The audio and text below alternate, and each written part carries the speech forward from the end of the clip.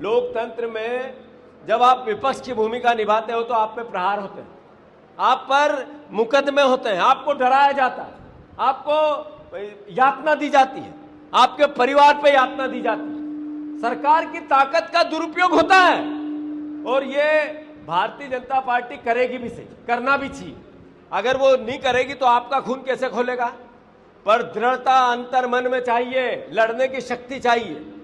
जो व्यक्ति ये सोचे कि मैं लोकतंत्र में विपक्ष की भूमिका निभाऊं और सत्ता पक्ष उस पर प्रहार नहीं करेगा, करेगा, जरूर करेगा, किया है। पर यह डरने की आवश्यकता नहीं है। इतिहास इस बात का गवाह है कि जब राज लिया जाता है तो फ्री फंड में नहीं मिलता है, कुछ तो कुर्बानी देनी पड़ती है। आप लोग अपने अपने गांव में जो कार्य करता है वो संभवतः जब चुनाव जीतते हैं तब भी खुश होता है और हारते हैं तो सबसे ज्यादा दुखी होता है।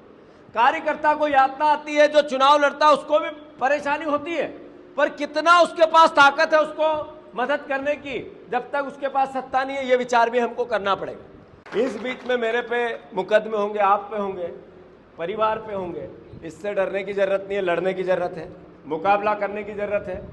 ये भारतीय जनता पार्टी लोकतंत्र से कोई इसका दूर दूर तक का वास्ता नहीं है, इसका तानाशाही से वास्ता है, इसका लोकतंत्र में वोट के अधिकार को छीनने से वास्ता है। ये विधायक खरीद फरोख्त लेके आए, ये सरकार गिराने का नया चलन लेके आए, ये स्वायत्त संस्थाओं को गुलाम करने का चलन लेके आए, ये सेना के शोर पे वोट लेने की इच्छा लेकर देश को गुमराह करने की षड्यंत्र के साथ आए। ये सब संकेत क्या है?